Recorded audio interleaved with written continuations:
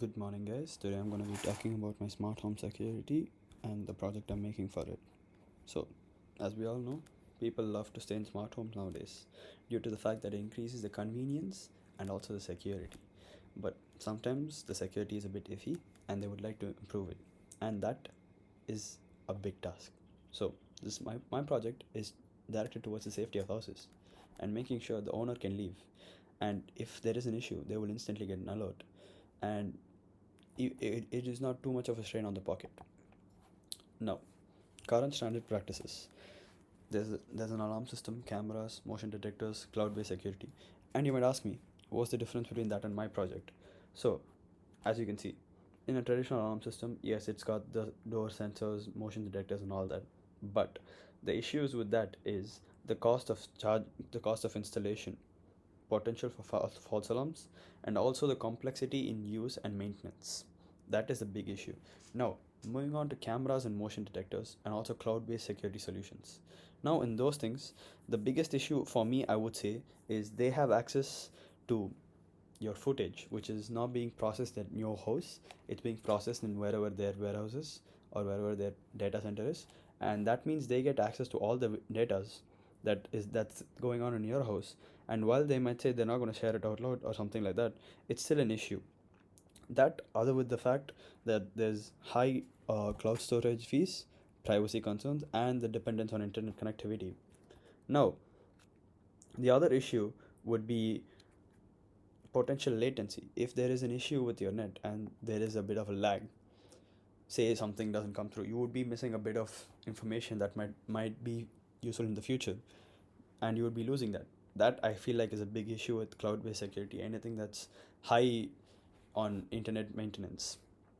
Now, professional security services, those are good, those are amazing, but expensive subscription fees, long-term contracts which you can't break out of unless you pay them a huge amount, and there's no customization.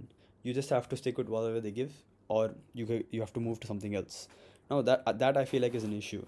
And to go ahead with to break through that, and the gaps that I found are just the cost, high internet dependency, the complexity, and as in the maintenance is very hard, you have to pay them too much, and requiring professional help for all these things.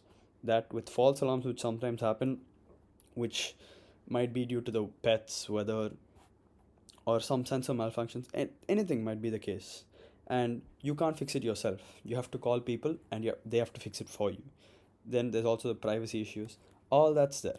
And now, the opportunities which are there for me is, now with this I can make something that's cheap, flexible, and since the processing done instantly by your Raspberry Pi, it's done instantly without internet dependency. The only time it needs it is when it sends you an email, and even then, not too much, very little. You can upscale to however you want with whatever you want. It doesn't need to have someone. You don't need to have someone come in and change it. As soon as you see something you want, like, you can just add it into your Raspberry, just code a bit, and it's there, done.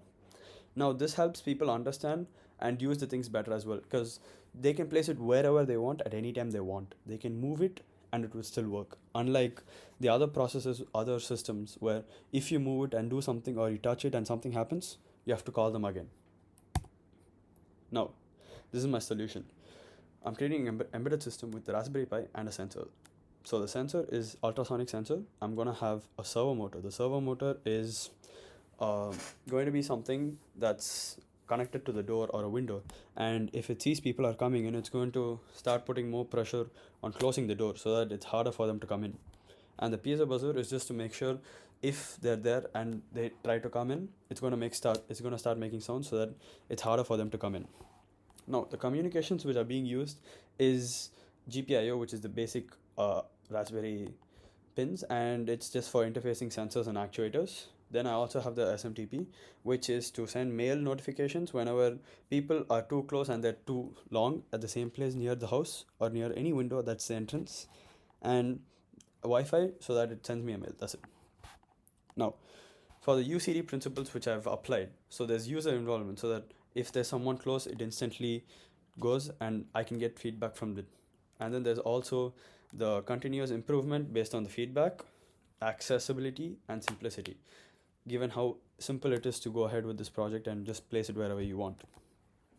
Now, this is my block diagram, which consists of not a lot, but important things. The Raspberry Pi, ultrasonic sensor, motor, which is the SGC90, and also buzzer. Now, moving on to how my project works. I start it whenever I want, when I'm sleeping or when I'm going out, I start it, and the program starts running instantly. Then it starts measuring the distance. Now, if the distance is less than 20 centimeters, it starts recording detection time, so that it'll tell me later on when I can come back and check it. But since they're 20 centimeters away, it's not too serious. Once they're coming in close for 10 centimeters, it starts the buzzer, so that people can't come close. And then it starts the servo motor, which makes the door harder as well. Now, if they've been there for more than 3 seconds, then it sends me a mail saying there's some activity here and people are here. So if I constantly keep getting the mail, either I could call the police and have someone check it out, or I could call my neighbors and have them help me out. If I'm at the home, this helps me because I can better equip myself to face this issue. If none of that happens, and if it's just a small issue, then the mail doesn't come through and it just continues scanning. As soon as if it's a pet or something and it activates the buzzer, they're instantly going to hear the buzzer and run away, because they're not going to come towards the buzzer.